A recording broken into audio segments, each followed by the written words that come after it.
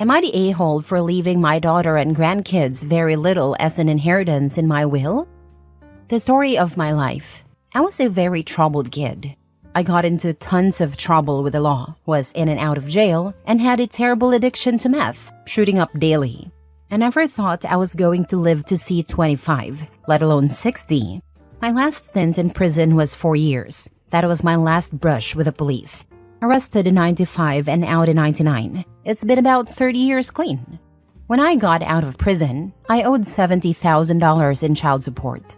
I dug myself out of debt with various jobs. Through hard work, I've amassed over $1 million today. My credit score is now 843. I did this all on my own. I busted my butt, going from shoveling dirt and mud under crawl spaces to running the insulation portion of 60-story high-rises with 7 to 10 guys working under me. I'm now disabled from an accident at work, and I'm in the process of starting a nonprofit that trains the neurodivergent to gain work experience. My second daughter today is neurodivergent. Rewind to about 1990. I had a child with a woman I thought I loved. This was at the height of my addiction. I knew we weren't ready for a child, and I relayed that. To me, this was a discussion, but it clearly meant more to her because she just left me and was gone.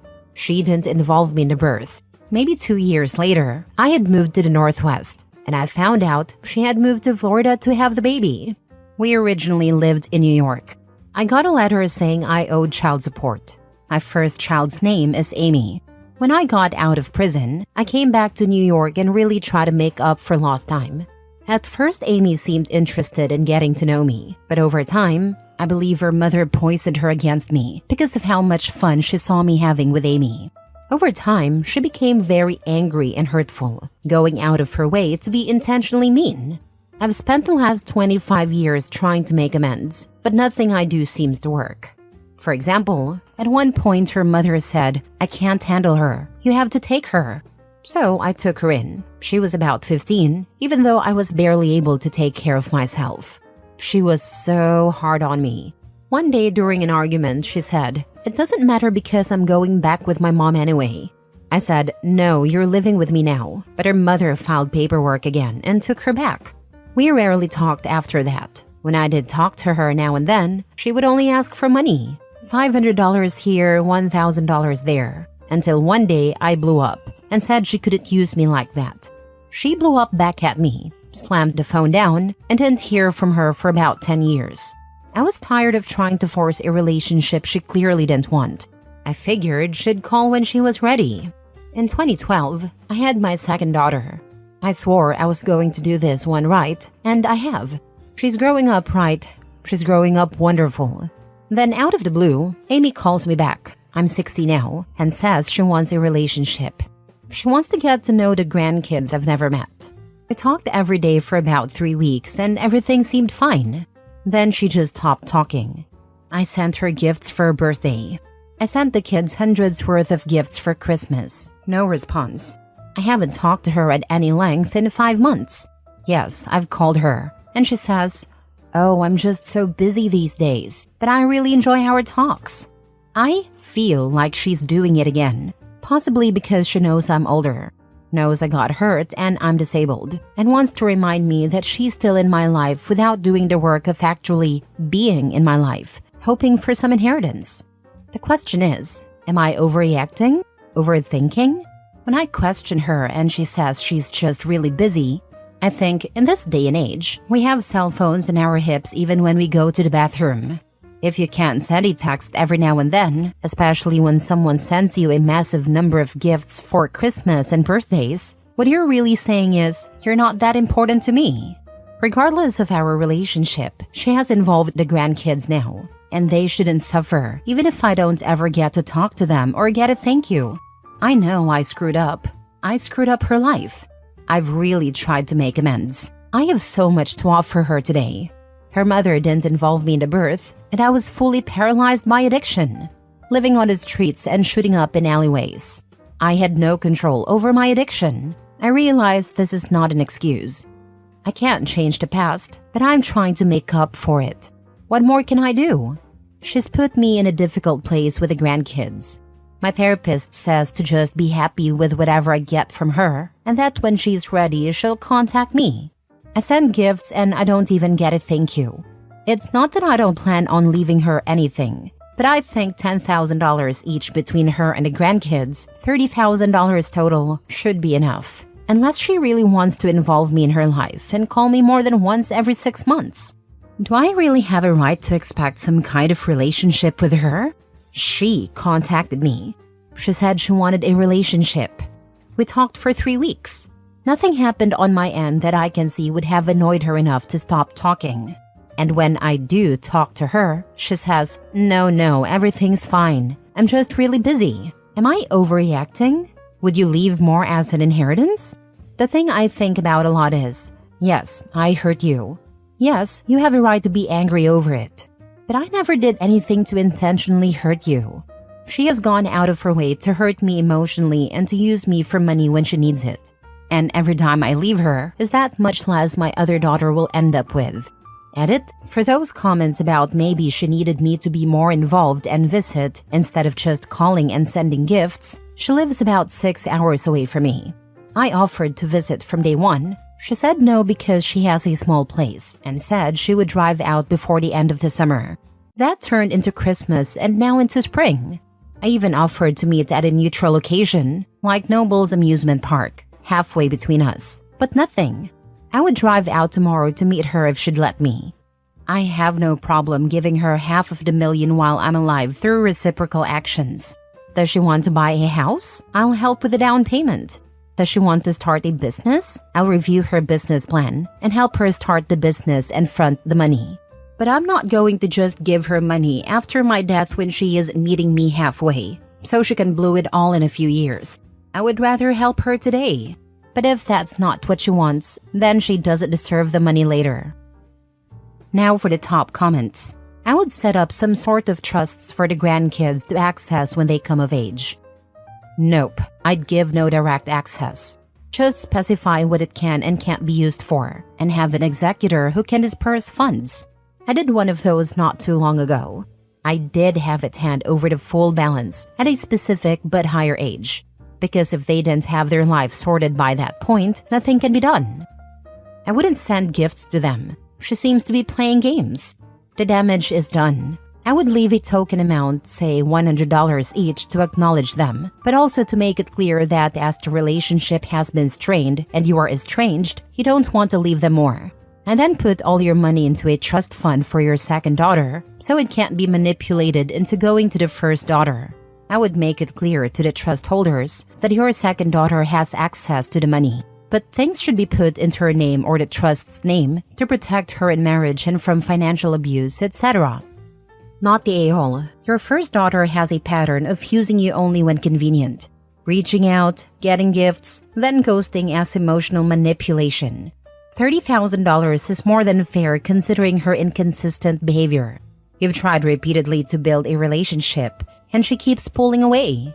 Your second daughter, who you've raised right, deserves more of your hard-earned money. Your therapist is right. Keep the door open but protect yourself financially. She needs to put in actual effort if she wants a real relationship. Not the a-hole. You can do whatever you want with your money.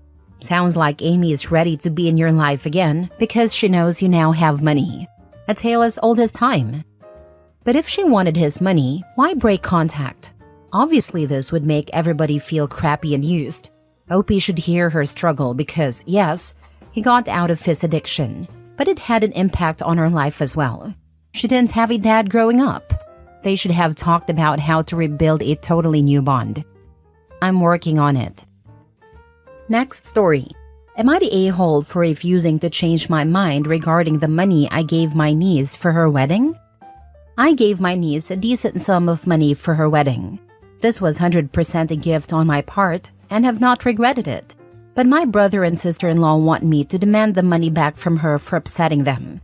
Personally, I think their reaction is over the top and extreme. But they are angry and their feelings are hurt, so maybe I'm being dismissive. The issue, if you can even call it that, is the wording used on the save the dates my niece and her future husband sent out. They gave their own names and listed the parents. But my niece listed sister-in-law as my brother's wife, instead of as a parent. It's handled like this. The groom's parents are listed as parents of the groom, names, while my brother and sister-in-law are listed as father of the bride, name, plus his wife, name.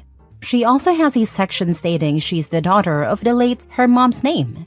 My brother and sister-in-law feel like this is a big insult and demeaning to sister-in-law's role because she met my niece and her siblings when they were all under 10 and has been part of raising them. To be listed as the wife instead of as the parent has led to hurt feelings. Meanwhile, my brother is angry that his wife is listed as just his wife, while his late wife is mentioned as the mother. He feels this overlooks the role sister-in-law played. My niece doesn't regret her choice of words for the save the dates, and because they had multiple discussions after they were sent out and she hasn't apologized, my brother and sister-in-law believe it's wrong for me to fund any part of what they see as an insult. When I refused to demand the money back and I refused to turn against my niece as they wanted, they turned on me. They said I should be defending sister-in-law, who raised my niece and the others. They said this decision has formed a crack in the blended family they built, and they fear all the other kids, including sister-in-law's bio kids from her late husband, will follow suit. They told me it should bother me and I should want better for my extended family. They also asked how I would feel if any of my children did this to me. I don't really think I'm wrong, but perhaps I'm just too close to this situation to know. Am I the a-hole? They're being ridiculous. Tell them to handle their business without dragging you in. The save the date card is totally appropriate and accurate. Miss Manners would approve. Read some newspaper wedding announcement wording for reference. Miss Manners would not approve of anyone telling you to retract a gift. And it also acknowledges the bride's late mother, which will be really important and meaningful to the bride. The second wife is butthurt about not taking the glory, even when she isn't paying for it. Well done, Aunt, for being loving, and tell them not to involve you in their pettiness. Not the a-hole. They listed what was true. This has nothing to do with you, and they're being completely insensitive to the fact that the niece wanted to honor her bio mom and stepmom and did. This is my feeling too. I'm glad to see others agree that demanding the money back is not something I should do. Not the a-hole. Wedding invitations are very formal, and indicating what everyone's actual relationship is to the bride and groom isn't wrong. What do they think she should do about her real mom? Just leave her off altogether? Lie to everyone and say the stepmom was the one who actually gave birth. She is showing respect for her stepmom by including her as dad's wife, because that's what she is. You don't indicate what the niece's relationship is like with her stepmom or dad, but if they continue to push the issue, they will damage their relationship with the niece, their daughter/stepdaughter. They're trying to use you as a pawn to get what they want and are being incredibly selfish. Also, I don't think this situation formed the crack. The crack was already there. My brother said she could have listed her mother still and listed sister-in-law as her parent. He said it didn't need to be so othering of sister-in-law and dismissive of the role she played. He feels the way she was listed is not good enough, and sister-in-law agrees. Just because step-parents play a role doesn't mean they're accepted as a parent in a child's eyes. I hate when people call my stepmom my mom because she isn't. No one will ever take my mom's place. Last story. I had to cut off my mother because she wouldn't follow basic safety rules with my kids. I am the oldest of 3. I got married first and had kids first. My mother loves the in-ground pool in the backyard. She offered to babysit when my first was born, and because we both worked, we were happy to have free childcare. This went okay for 1 year. When my daughter was 2 and mom had just opened the pool, I reminded her to not put the baby in the pool. You just opened it yesterday and it is not heated. The water's too cold. Mom agreed and I went to work. P.S. Mom is obese and has a lot of body fat that helps her regulate in cold water. The baby had very little. When I got home, they were both in the pool and the baby was shivering. We argued. I bought her this little swimsuit, and she was so cute in it. We had to swim, Mom said. She insisted the baby wasn't cold, but the baby got sick. At 3 years old, my daughter was having food allergies. When I dropped her off, I explained that she was having food allergies. We didn't know what from, and a pediatrician had her on a strict elimination diet, slowly adding foods to find which ones she was allergic to. Doctor's orders: do not feed her anything unless it is in this lunch basket. Prescribed diet only. Mom agreed. When I got home, they were eating cookies and cake. Mom said grandmas are supposed to spoil grandkids. At 4 years old, my mom lost a child in a store while shopping. A week later, my wife lost her in a store. A month after that, I also lost her in Walmart and had to ask security for help. They called the cops, who locked down the Walmart and started a lost child search. We found her hiding inside a camouflage jackets and sporting goods, which really, when you think about it, is a good hiding spot. So when I had a dinner invitation to meet with a VP and my boss to discuss promotion options and a moving bonus, I told Mom no shopping. She agreed, explaining that in addition to the 4-year-old, she was caring for a senior/Alzheimer's patient family member. When I arrived, Mom was getting herself and a senior ready to go out. She asked for the car seat. We argued about that for several minutes. She said I had to go to my important meeting, so I didn't have a choice. Give me the car seat, she insisted. I called my boss, asked for forgiveness, and canceled dinner due to a small family emergency. The job offer was rescinded the next day. Dad refuses to discuss it. I went no contact. Mom tells the entire family/friends/neighbors/church that I refuse to see her for no reason. So 4 questions. 1. Am I the a-hole for going no contact? 2. Am I the a-hole for trying to talk it out for months? 3. Am I the a-hole for keeping no contact unless she apologizes and promises to change her behavior? She pulled the same food stunt on my brother's kid and my sister's kids years later. 4. The 4-year-old daughter is now 17. I have 2 more kids that she has barely met. Am I the a-hole for keeping no contact unless Mom agrees to discuss her behavior, apologize, and change it? You know, if there was an Olympic sport for ignoring basic safety rules, your mom would be a gold medalist. 1 gold and 2 bronze. My siblings have not cut her off yet, but they limit how much freedom she has with them. She has retired from competition now and is coaching other entitled boomers into selfish heights and parenting lows. Not to seem obvious, but like, she breaks rules literally set by doctors because she doesn't care. I mean, the food allergy thing, I know it's probably unlikely, but she could kill your child. What's she going to say then? Well, grandparents are supposed to spoil grandchildren? Yes, they are, but not in a destructive manner.